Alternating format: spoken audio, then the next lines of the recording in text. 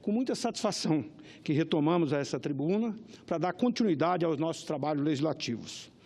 Saúdo de forma especial aos que nos assistem nesse momento pela TV Senado e também os que nos ouvem pela Rádio Senado e ainda aqueles que nos acompanham através da Agência Senado, redes sociais, igualmente também a todos aqueles que logo mais tarde estarão sintonizados na Voz do Brasil. Quero cumprimentar aqui a todos os colegas, desejando a todos de antemão muito sucesso neste ano e que possamos alcançar os objetivos traçados para o ano de 2018.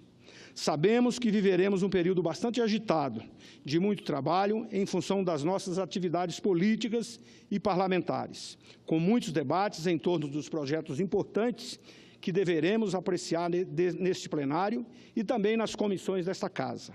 Sobretudo, aqueles que se destinam a promover a retomada econômica tão fundamental para a geração de mais empregos e também oportunidades aos nossos brasileiros.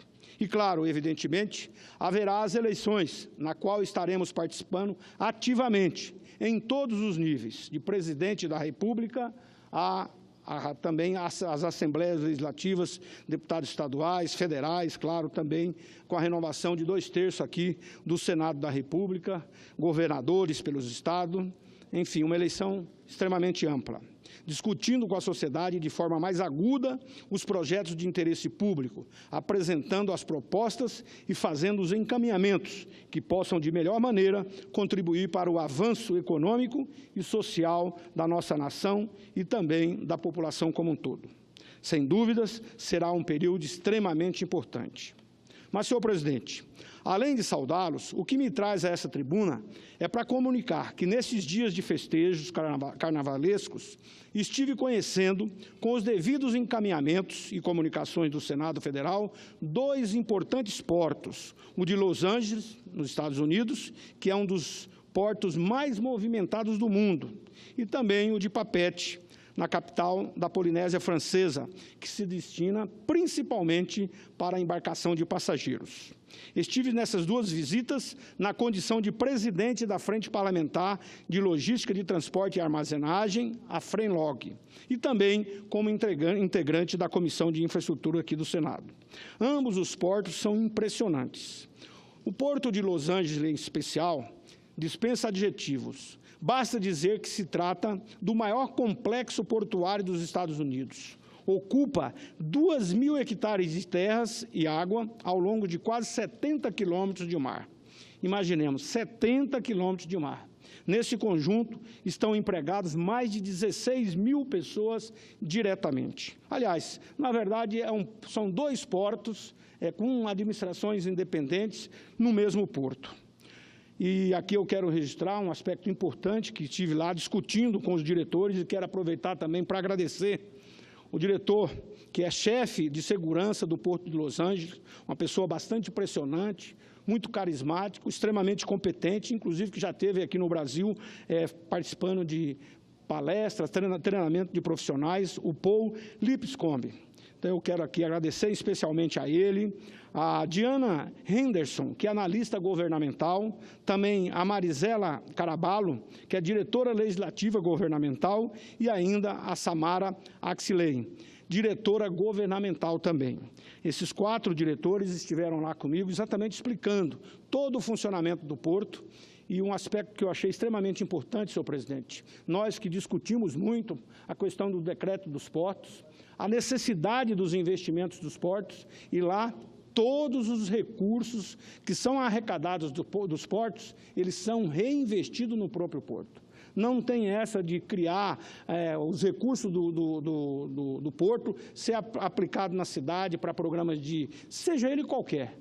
Todo o recurso ele é fundamentalmente aplicado no porto, com isso, cada ano, cada momento, modernizando, e com isso também o porto batendo recorde na sua eficiência, na sua capacidade e, claro, na movimentação também. Só no ano passado, companheiros, o Los Angeles Port estabeleceu um recorde mensal histórico de operação de contêineres, movendo em novembro um total de 924.225 TEUs, que é a medida padrão utilizada para calcular o volume de um contêiner, que mede de 6 a 10 metros de comprimento por 2,44 de largura e 2,59 metros de altura. Esse porto, senhor presidente, que nos causou assim bastante boa impressão, foi exatamente a organização do porto. Numa simplicidade muito grande, os diretores ali conversando com os funcionários de forma bastante direta e com objetividade, ou seja, sem sofisticação, todos trabalham no seu ritmo de forma muito organizada, por isso esse porto consegue essa capacidade de fazer uma movimentação que é uma das maiores do mundo. Aliás, agora nessa semana, na quinta-feira, inclusive, nós estaremos aqui também num ato, assinando com uma empresa chinesa que adquiriu uma das partes do porto de Paranaguá. Eu acho que isso também é uma boa notícia para nós brasileiros, porque essa empresa chinesa também, ela movimenta no mundo, só o movimento dela o que representa o movimento de todos os portos do Brasil, representa apenas 10% da movimentação dessa empresa. Então, vem para cá uma empresa que eu acredito que será também uma grande oportunidade de inovação daquele porto e, claro, melhorar a eficácia dos nossos portos. E aí eu quero também dizer que, na visita que tive a Papete, como tem lá, é um porto mais específico para terminal de passageiro, e que nos impõe a observar com um olhar mais aguçado o modelo que precisamos explorar no Brasil, visto as nossas potencialidades turísticas e a necessidade de implementarmos aditivos à nossa economia. Eu quero também aqui, por uma falha da assessoria, mas eu gostaria que me trouxesse aqui o nome dos 2 diretores que nos atenderam lá também no Porto de Papete, porque também foram extremamente corteses, um porto menor, também tem uma movimentação de carga, mas, claro, a vocação daquele país é principalmente o turismo. Antes de continuar, quero agradecer o empenho da direção também do Senado, da Embaixada Brasileira nos Estados Unidos e na França, que nos permitiu adentrar a essas estruturas portuárias para conhecer de perto suas operações. Tudo o que vimos lá, senhor presidente, ouvimos também e aprendemos, nos ajudarão nos debates e encaminhamentos para aperfeiçoar o nosso modelo logístico. Por isso, eu quero aqui, inclusive, colocar essa questão do decreto dos portos, que foi agora editado. Eu penso que representa, mais do que nunca, a oportunidade de investimentos para o país. Nós precisamos modernizar os nossos portos. Claro que temos portos extremamente eficientes no Brasil, mas, às vezes, até para chegar no porto, a dificuldade é muito grande, como o caso do Porto de Santos, que é um dos maiores portos do mundo, e não tem estacionamento para os caminhões. Então, quando chega o volume de carga, e principalmente a carga do Mato Grosso, que é principalmente de soja, milho, e tudo vai em um momento só, a cidade vive um estrangulamento também, dado o volume de caminhões que chegam. Os dados e estruturas que visitamos nos remetem em uma conclusão, para a necessidade de que definamos com prioridade de alto grau o desenvolvimento da logística nacional, se quisermos, é claro, e que queremos, promover a construção de uma economia cada vez mais forte em nosso país. Temos potencialidade reconhecida e queremos reverter a riqueza natural e a força de trabalho em um bem comum à sociedade, que é o objetivo de todos. O Brasil, senhor presidente, avançou vigorosamente no segmento portuário nos últimos tempos, inclusive com várias medidas legislativas adotadas por todos nós. Nossos portos, em verdade, não fica nada a dever para os terminais de outros países, mas, claro, que precisamos ter investimentos para que possamos, claro, atender a demanda e o crescimento da nossa produção, porque o Brasil, principalmente na exportação da matéria-prima, os produtos semi-elaborados, é muito grande. Minérios, produtos agropecuários, então, e a tendência nossa, só o Mato Grosso, hoje, poderemos, em pouco tempo, duplicar a nossa produção. Contudo, é preciso dizer que da operação portuária no Brasil, lamentavelmente, ainda é distante das referências mundiais de eficiência e também de produtividade. Por isso, como eu disse, o Porto de Los Angeles, eles com pouca gente conseguem fazer uma movimentação muito grande. O que nos diferencia e nos empurra a patamares inferiores está nos detalhes. Exemplo, na infraestrutura de acesso aos portos. O que produzimos e comercializamos enfrenta obstáculos terríveis que precisam ser removidos da agenda das exportações. Ferrovias ineficientes, ferrovias eficientes que precisamos, não ineficientes, como é o nosso caso. Infelizmente, o Brasil, inclusive, diminuiu. Nós chegamos a ter 35 mil quilômetros de ferrovia há 50 anos atrás, funcionando. Hoje temos aproximadamente 12 mil quilômetros de ferrovia. Também a estrutura viária especialmente projetada para atender os portos. A dragagem permanente e a falta e a baixa, diminuir a burocracia, são pontos a serem perseguidos por todos nós. O modelo de gestão da autoridade portuária é outro ponto merecedor de destaque e que precisa ser enfrentado no Brasil. Nesses grandes portos, os profissionais que lá estão permanecem na atividade por décadas. Aqui no Brasil, as substituições são frequentes e, não raro, valendo-se de profissionais não vocacionados. Chega aqui, inclusive, o nome dos dois diretores, lá do Porto de Papete, que é o Jorge Puchon, que é o diretor, e também o François Chanette, que é o comandante. Essas duas pessoas nos atenderam extremamente bem, então, por isso, eu faço aqui questão de registrar. Hoje, mais do que nunca, senhor presidente, nosso modelo econômico mostra que o Brasil precisa investir em portos, na infraestrutura para acessar aos portos. É uma condicionante pressionada pelo momento e pela nossa vocação. Registramos no ano passado o maior superávit comercial da história da balança comercial, superando a casa dos 62 bilhões de dólares. Isto mesmo, superamos a 62 bilhões de dólares em superávit. Vendemos mais do que compramos. Exportamos mais do que importamos. De janeiro a novembro, as exportações chegaram a 200 bilhões, número 18% maior que em 2016 pela média diária. Nas importações, foram pouco mais de 138 bilhões de dólares, 9,6% a mais que no mesmo período do ano passado, quando foi registrado o último recorde da balança comercial de 43,3 bilhões de dólares. Como representante de um dos estados que mais tem contribuído para a dinâmica da balança comercial, quero aqui dizer que tenho trabalhado intensamente, junto com os demais parlamentares de Mato Grosso, em especial, e também todos aqueles que integram a FRENLOG e a própria bancada nossa de todo o Estado, do Pará, inclusive Vossa Excelência, que também temos trabalhado, estamos agora trabalhando junto a questão da ferrovia Ferrogrão, enfim, hoje a BR-163, lá no seu estado, no estado do Pará, é a solução do Mato Grosso. Inclusive, felizmente, este ano, tivemos um bom trabalho executado pelo DENIT, juntamente com a Polícia Rodoviária Federal, com o Exército Brasileiro, para evitar o caos que tivemos o ano passado. Então, este ano, felizmente, conseguiu-se fazer um trabalho eficiente, onde não estamos tendo aqueles problemas tão sérios de congestionamento, de atolamento, enfim, de toda a situação de trafegabilidade que aconteceu no ano passado. E aí, por isso, para nós, os chamados portos do Arco Norte é extremamente importante para a nossa logística. Importante ressaltar que, junto com a extensão ferroviária, os portos do Arco Norte são essenciais para atender objetivamente aos interesses da produção do Estado, que é um dos maiores exportadores de produtos primários e semi-elaborados, tanto o Mato Grosso como o próprio Pará, na exportação de minério de ferro. Mesmo com restrições no transporte de cargas pelas vias terrestres, foram exportados pelos portos do norte do Brasil no ano passado, de acordo com o Anuário Estatístico da ANTAC, um total de 51 milhões e 200 mil toneladas. Terminais na região já representam 41% de toda a movimentação no Brasil desses produtos. O porto de Itaqui, no Maranhão, sozinho, movimentou 8 milhões de toneladas.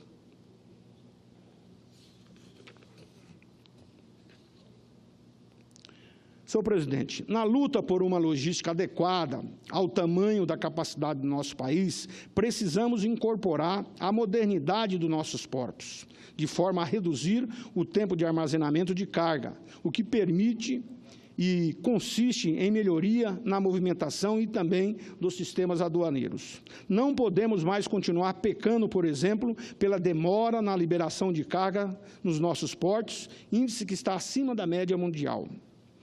Portos são estruturas estratégicas para o país, porque constitui uma das mais principais infraestruturas de apoio ao comércio exterior. Isso precisa ficar claro. Pelos portos passam cerca de 95% das mercadorias que são comercializadas além das nossas fronteiras. Um navio parado em um porto custa caro, em média $40 mil por dia.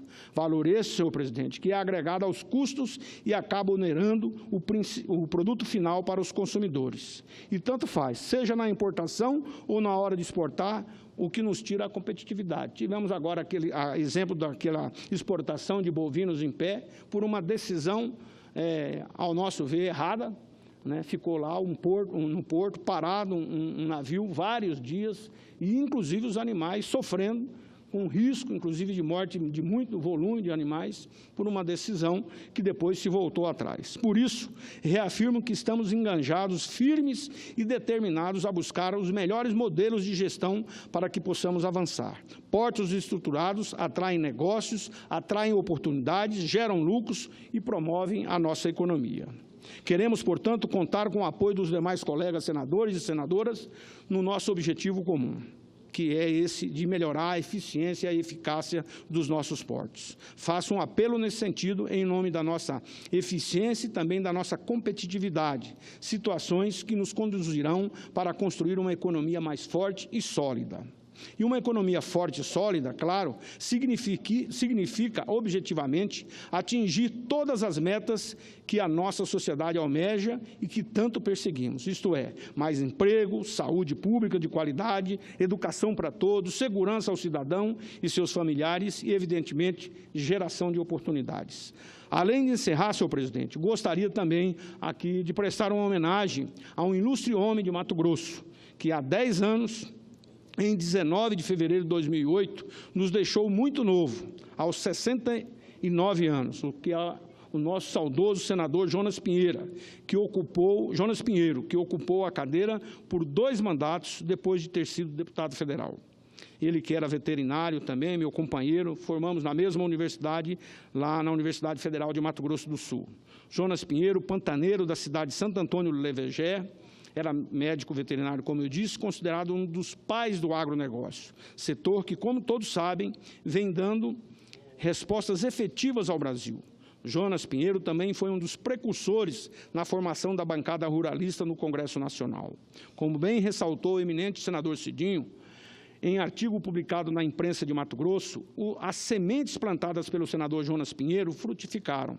O visionário que tanto lutou pelo agronegócio pode se orgulhar, porque seu legado é um setor que cresce enquanto todos sofriam com a crise, com safras recordes ano após ano. 10 anos depois, quero dizer que ainda sentimos saudades da forma como Jonas Pinheiro agia em defesa da melhoria da qualidade de vida do homem do campo e também para evitar o êxodo rural. Falava sempre da simplicidade da vida e, em seus discursos, gostava de deixar claro que o povo é simples, o povo quer coisas simples, assim dizia Jonas Pinheiro. Por isso, deixo aqui o meu abraço fraterno à dona Celcita Pinheiro, a deputada Celcita Pinheiro, que foi deputada conosco aqui, deputada federal, e também aos seus filhos e demais familiares. E também, senhor presidente, quero aqui com muita tristeza registrar que recebi a notícia do falecimento no domingo, agora, do ex-vereador de Barra do Garça, o Biraci Barreira de Souza, o Bira, aos 54 anos, um grande amigo e que sempre esteve ao meu lado apoiando nas nossas candidaturas. Bira estava na fila aguardando para fazer um transplante emergencial de fígado em um hospital aqui em Brasília. O primeiro doador acabou não dando a devida compatibilidade e Bira acabou contraindo uma infecção. Infelizmente, ele não conseguiu mais deixar a UTI e veio a falecer no domingo. Bira era muito competente e muito conhecido em Barra do Garça. Em 2006, assumiu a vaga de vereador e sempre esteve envolvido em projetos de interesse da comunidade. Portanto, uma grande perda na cidade de Barra do Garças e que foi muito sentida pela população. Minhas condolências à família do amigo Bira, em especial aos seus 2 filhos, o Biraci e Rodolfo. Por outro lado, senhor presidente, encerrando já, eu quero aqui registrar as minhas boas-vindas ao deputado federal Carlos Bezerra, que na semana passada foi hospitalizado com um grande quadro de arritmia cardíaca. Já plenamente recuperado, retorna às atividades da Câmara dos Deputados, falei com ele agora há pouco, e ele disse que provavelmente a semana que vem já estará aqui.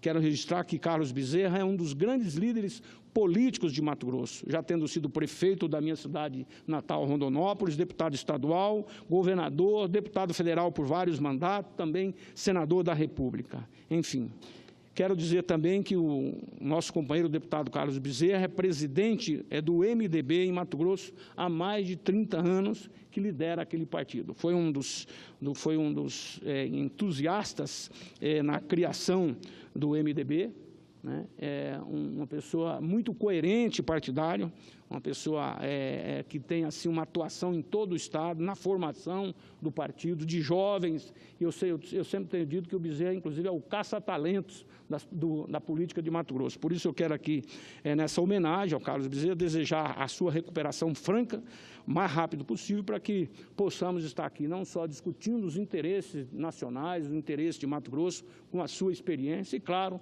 fizemos a coligação passada, estivemos junto com o MDB, com o PT, com vários partidos, e inclusive o nosso candidato a governador foi o candidato do PT, com a vice, a Teté Bezerra, esposa do deputado Carlos Bezerra. Então, espero que agora a gente possa também repetir esse trabalho lá no estado do Mato Grosso, juntos, para que a gente possa trazer novas expectativas do nosso estado. Hoje, infelizmente, senhor presidente, Mato Grosso está numa situação de crise muito grande. Infelizmente, o governador Pedro Táxi, na sua visão muito estreita, não querendo ouvir as outras pessoas, está levando o estado, infelizmente, para uma situação de caos. A saúde, uma situação deplorável, a segurança, enfim, todas as áreas. Ainda a gente aqui procura trabalhar junto, trabalhei muito a questão da liberação do fundo, do FEX, do Fundo de Compensação das Exportações, Vossa Excelência também nos ajudou muito nisso. Enfim, procuramos fazer a nossa parte para ajudar o Estado, mas infelizmente, mesmo o Estado de Mato Grosso, aumentando a sua arrecadação, hoje nós estamos com um problema sério, atraso de pagamento, enfim, o cumprimento do RGA, são vários aspectos de dificuldade política administrativa que o governo Pedro Táxi tem levado à nossa população. É isso que eu tinha a dizer, senhor presidente. Muito obrigado pela tolerância.